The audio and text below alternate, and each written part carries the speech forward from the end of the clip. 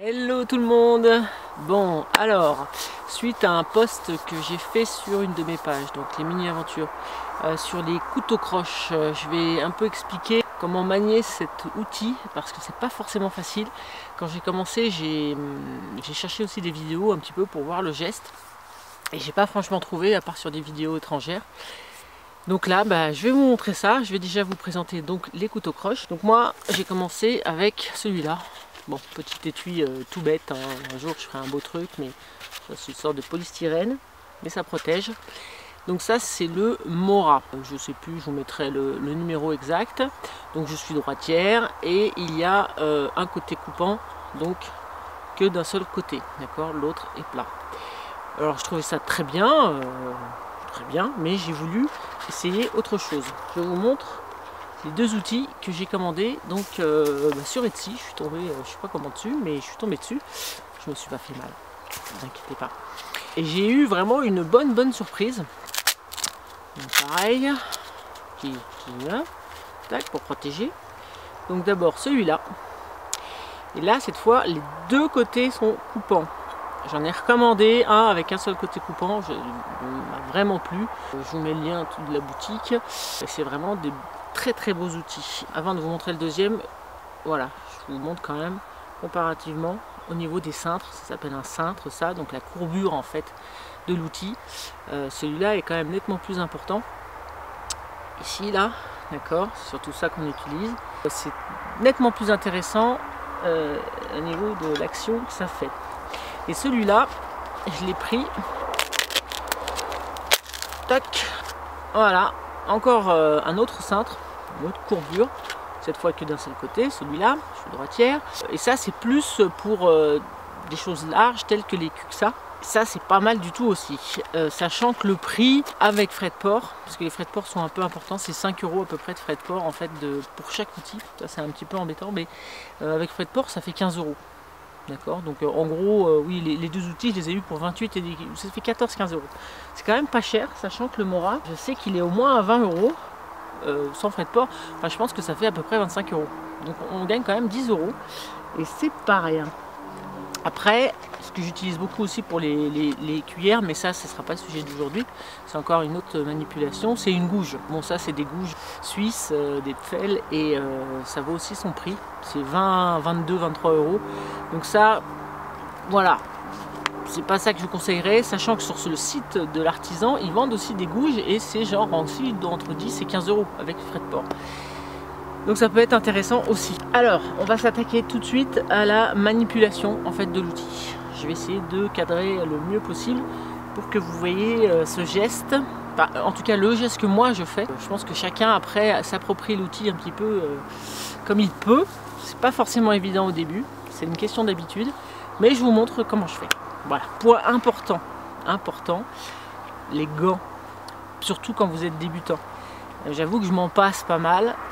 Souvent, c'est pas forcément bien, même si ça fait très longtemps, je peux dire plus d'un an, voire plus que ça, que je me suis pas coupé. Et pourtant j'en ai fait, mais là évidemment, au début, surtout, voilà, vous allez voir que par rapport au geste, il peut y avoir des retours qui font qu'on est à deux doigts de se couper. Donc, mettez des gants.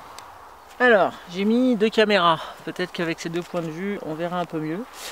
Alors, je me suis aperçu que j'avais pas de crayon papier, vous faites bien votre bol avant de cuillère. Bon, moi je vais faire sans marque, c'est pas grave. Donc souvent moi je prends l'objet en fait comme ça dans la main. Ok, comme ça. Et je vais d'abord d'ailleurs vous montrer avec le Mora. Comme ça. Ok. Et ensuite, la main gauche travaille énormément aussi. C'est-à-dire qu'on pousse souvent sur la main gauche. D'accord, comme ça. Alors, j'ai peur que vous voyez pas bien.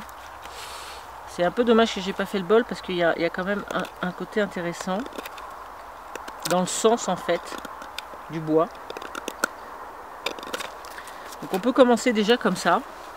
Moi je mets souvent après aussi la cuillère comme ça collé à moi, et donc hop, ce geste là aussi est intéressant.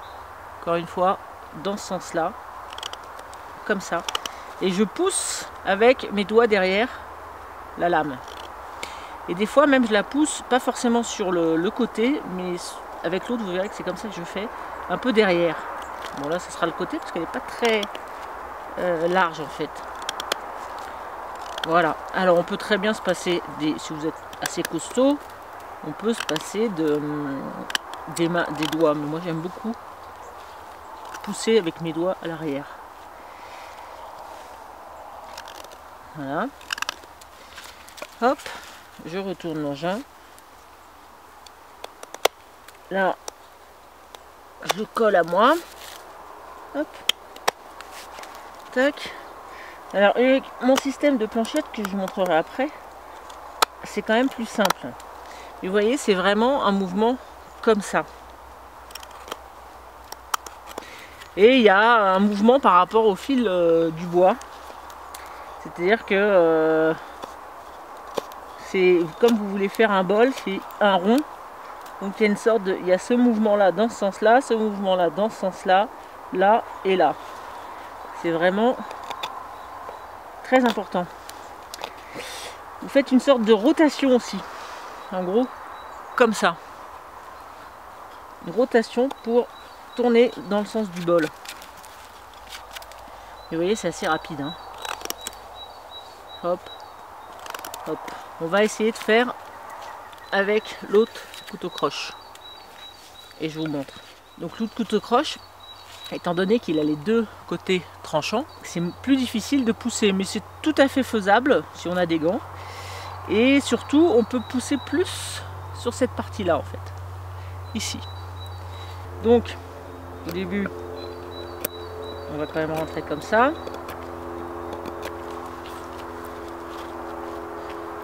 Alors, c'est souvent le départ qui est pas très simple. Le départ, moi, je le fais souvent à la gouge. Alors, je sais pas si vous voyez, je pousse plus sur le côté en fait.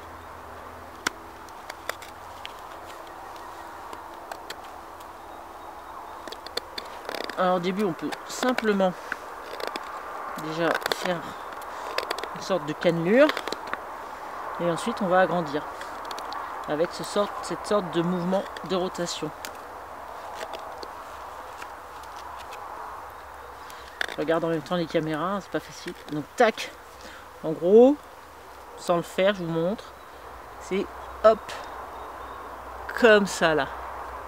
D'accord? On essaye de faire le rond comme ça. Par contre, voilà, quand on arrive, bon, ce bois il est un peu pourri, quand on arrive à peu près au milieu, c'est dans l'autre sens qu'il faut le prendre.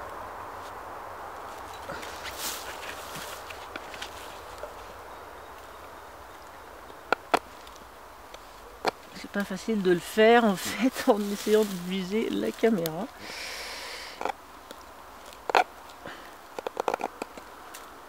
Celui-là il fait vraiment des copeaux très intéressants.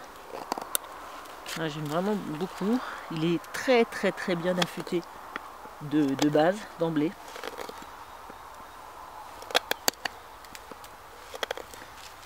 Hop.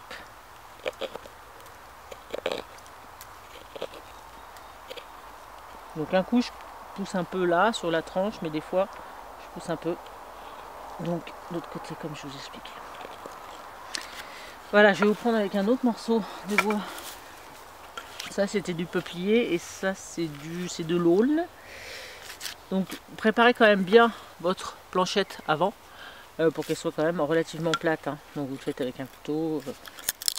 Là, on va enlever ça. Tac. Donc au début, petite cannelure. Voilà, dans un sens et dans l'autre. Important ça aussi. Alors évidemment, si vous n'avez pas des boîtes larges, bon, le cintre étant assez large, c'est moins facile. Hein. Hop, dans ce sens-là, là, quand on arrive la moitié, on retourne. Et dans ce sens-là.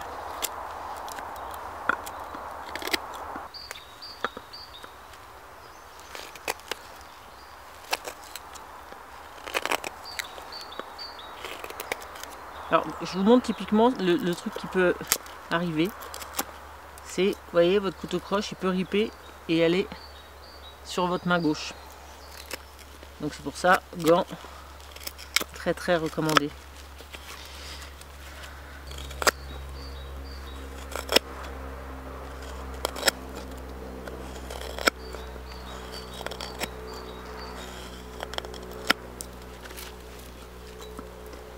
Et ce que j'aime avec celui-là, c'est comme le cintre est grand, ça fait quelque chose de propre tout de suite.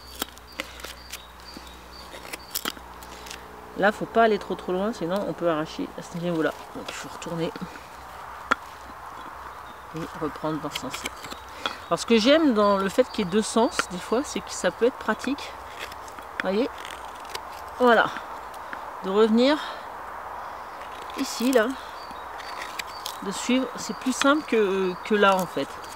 Donc le côté deux sens, j'étais pas pour, mais en fait c'est assez sympa.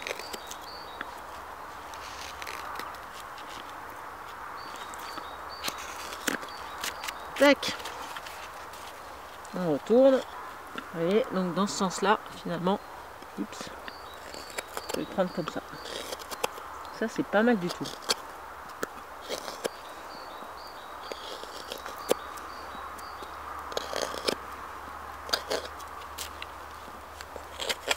Bon. Voilà. Après, comme on fait souvent dans un sens là et dans l'autre sens là, il peut y avoir des petites traces ici au milieu.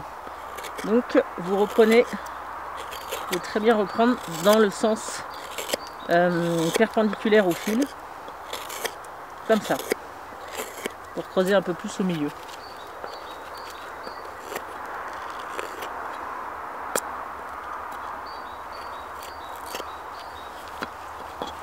Et voilà, on a quasiment, le bol il est quasiment fait. Il est très propre. Alors un coup je pousse, un coup je pousse pas, ça dépend comment je me situe. Voilà, là c'est propre.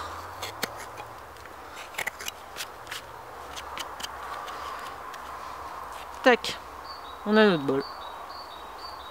Voilà. Et en ce qui concerne l'autre, bon, c'est pour des surfaces nettement plus grandes. Hein. Vraiment, moi je pense que je l'utiliserai que pour les cuxas. Voilà. Ouais, je pense que là, ça vaut pas trop le coup pour une cuillère. Surtout que là, comme c'est grand, ça va abîmer là. Non, je pourrais pas trop vous faire de démo parce que j'ai pas de gros morceaux de bois. Je vous en ferai une avec un plus gros. Bon bah voilà, j'avais plus de place dans ma carte mémoire, je dois m'arrêter là. Je pense que ça sera déjà assez long, ça sera déjà assez parlant. Pour voir en fait mes planchettes, je vous mets le lien sur une vidéo que j'avais faite sur les cuillères avec deux copines à moi qui étaient venues donc faire une petite initiation pour les cuillères. Vous verrez les planchettes plus en détail. Je pense que cette vidéo est assez longue comme ça. Mais voilà, en espérant que ça vous a plu, que ça vous a appris quelque chose. Je vous dis à bientôt, je ferai une sorte de tuto pour déjà tout le matériel pour faire une cuillère, le matériel de base. Et puis on se revoit bientôt. Allez, ciao!